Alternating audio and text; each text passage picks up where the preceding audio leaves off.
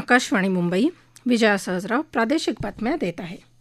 निवडणुकांच्या काळात राजकीय पक्षांच्या नेत्यांनी सामाजिक भान जपत प्रचारातल्या भाषणांचा दर्जा चांगला राखून आदर्श उदाहरण घालून द्यावं असं निवडणूक आयोगानं म्हटलं आहे. देशाच्या सामाजिक सलोख्याला तडा जाऊ नये म्हणून निवडणूक प्रचारसभांची भाषा संयत ठेवणं ही पहिल्यांदा नेत्यांची जबाबदारी आहे असंही आयोगानं म्हटलं आहे. विविध राजकीय पक्षांनी दाखल केलेल्या आचारसंहिता भंगांच्या तक्रारींपैकी 90% तक्रारी निकाली काढण्यात आल्याचंही आयोगानं सांगितलं. लोकसभा निवडणुकीच्या 5व्या टप्प्यासाठीच्या प्रचारानं आता वेग घेतला आहे. प्रधानमंत्री आणि भाजपाचे ज्येष्ठ नेते नरेंद्र मोदी आज नाशिक आणि दिंडोरी मतदारसंघातल्या उमेदवारांसाठी जाहीर सभा घेणार आहेत. त्यानंतर ते कल्याणमध्ये महायुतीचे उमेदवार श्रीकांत शिंदे यांच्या प्रचारसभेला संबोधित करतील आणि संध्याकाळी मोदी मुंबईत घाटकोपर इथं रोड शो करणार आहेत. माजी मुख्यमंत्री उद्धव ठाकरे आणि राष्ट्रवादी काँग्रेस शरदचंद्र पवार पक्षाचे अध्यक्ष शरद पवार यांच्याही आज नाशिकमध्ये सभा होणार आहेत.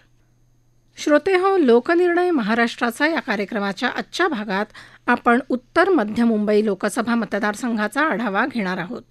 संध्याकाळी 7:15 ते 7:30 वाजेपर्यंत आकाशवाणी मुंबईच्या अस्मिता वाहिनीवर आणि समाज माध्यमांवर हा कार्यक्रम ऐकता येईल.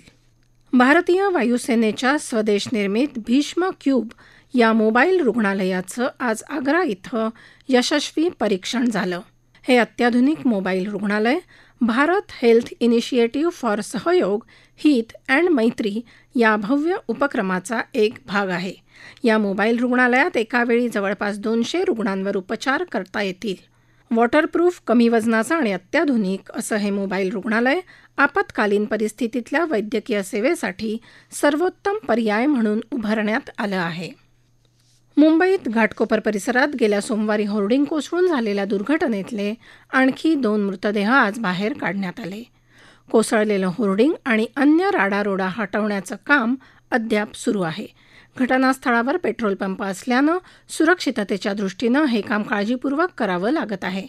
पेट्रोल पंपावर आज अचानक आग लागली होती, मात्र ती ताबडतोब आटोक्यात आणण्यात आली.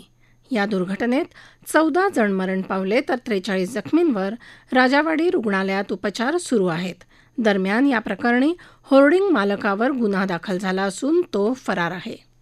घाटकोपर इथल्या होर्डिंग दुर्घटनेनंतर राज्यातल्या अनेक शहरांमध्ये बेकायदा आणि धोकादायक होर्डिंग विरुद्ध कारवाई सुरू झाली आहे. नंदुरबार शहरात 22 खाजगी इमारतींवर होर्डिंग उभारण्यात आले असून या सर्वांचं स्ट्रक्चरल ऑडिट आणि होर्डिंग स्थिरता प्रमाणपत्र 15 दिवसांच्या आत पालिकेला सादर करण्याच्या नोटिसा संबंधितांना देण्यात आल्या आहेत. नवी मुंबई महापालिका हद्दीत अनेक ठिकाणी विविध जाहिरात कंपन्यांकडून होर्डिंग्ज उभारण्यात आली आहेत. शहरात साधारण 200च्या आसपास परवानाधारक मोठाले होर्डिंग युनिपोल उभारण्यात आले आहेत. त्यापैकी खाजगी ठिकाणच्या 75 होर्डिंगधारकांना यापूर्वीच महापालिकेनं नोटिसा पाठवल्या आहेत. वांद्रे वरळी सागरी सेतू आणि मुंबई किनारी मार्ग यांना सांधण्यासाठी दुसरी तुळई आज सकाळी यशस्वीपणे स्थापन केली गेली. सुमारे 2,500 मेट्रिक टन वजनाची ही तुळई बसवण्याच्या कामाला पहाटे 3 वाजता सुरुवात झाली. सकाळी 6 नंतर हे काम पूर्ण झालं. IPL क्रिकेट स्पर्धेत आज गुवाहाटी इथं राजस्थान रॉयल्सचा सामना पंजाब किंग्सशी होणार आहे. पंजाब किंग्स संघ आधीच प्लेऑफमधून बाहेर पडला आहे, तर राजस्थान रॉयल्सचं अव्वल 4 संघात स्थान मिळवण्याचं लक्ष्य असेल. धुळे लोकसभा मतदारसंघात निवडणुकीच्या मतदानाच्या दिवशी अत्यावश्यक सेवेत कार्यरत असलेल्या 209 अधिकारी आणि कर्मचाऱ्यांनी काल टपाली मतपत्रिकेद्वारे मतदान केलं. उद्यापर्यंत हे टपाली मतदान करता येणार आहे. भारतीय सैन्यातले माजी कर्नल वैभव काळे यांना गाझापट्टीत राफा इथं वीरमरण आलं. भारतीय सैन्यातून निवृत्त झाल्यानंतर ते संयुक्त राष्ट्राच्या सैन्यात प्रतिनियुक्तीवर कार्यरत होते. त्यांचं शिक्षण नागपूर इथं झालं होतं. इंडिया आघाडीचं सरकार आल्यावर प्रत्येक गरीब कुटुंबाला दरमहा 10 किलो अन्नधान्य मोफत दिलं जाईल असं आश्वासन काँग्रेसचे राष्ट्रीय अध्यक्ष मल्लिकार्जुन खरगे यांनी आज दिलं. उत्तर प्रदेशमध्ये त्यांची संयुक्त पत्रकार परिषद झाली, त्यावेळी ते बोलत होते. याबरोबरच आकाशवाणी मुंबई केंद्रावरचं हे प्रादेशिक बातमीपत्र संपलं. नमस्कार.